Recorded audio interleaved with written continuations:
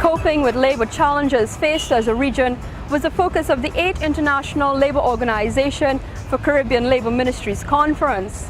The two-day event opened at a Hilton Hotel in Port of Spain ahead of the CARICOM 34th Heads of Government meeting taking place here in Trinidad and Tobago. Labour Minister Aaron McLeod, in welcoming his regional counterparts, signalled the need for the Caribbean to recognise labour as a backbone of economies.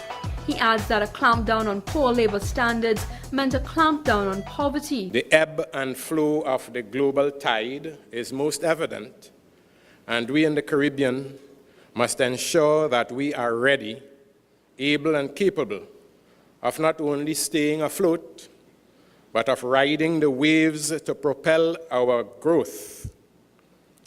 In the midst of this whirlpool, however, lie seeds of opportunity, and we must be prepared to seize them and to work towards enriching and enhancing the lives of our citizens.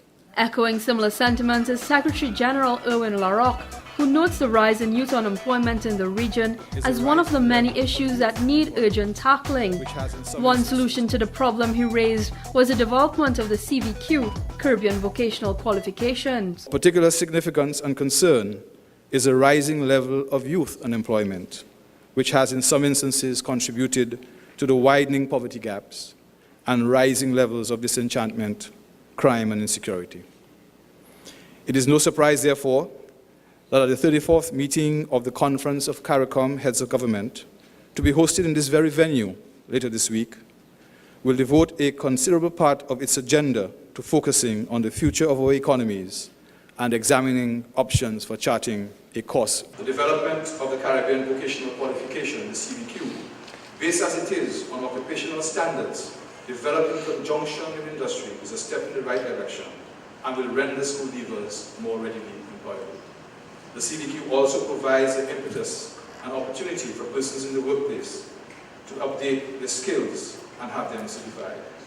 We need to broaden offerings within our general education system to foster creativity and innovation to enable our citizens to take advantage of emerging occupations. Recognizing the need for labour equality across the globe since 1920 is the International Labour Organization, one Trinidad and Tobago has been a member of for the past 50 years.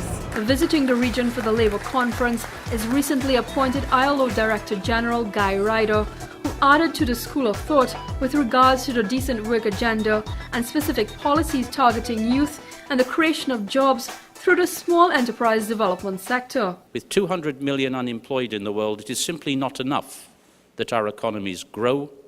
We need to grow in ways that create jobs.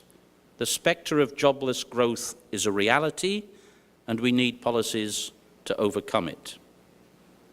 Similarly, we have made the task of providing jobs and skills for youth a priority.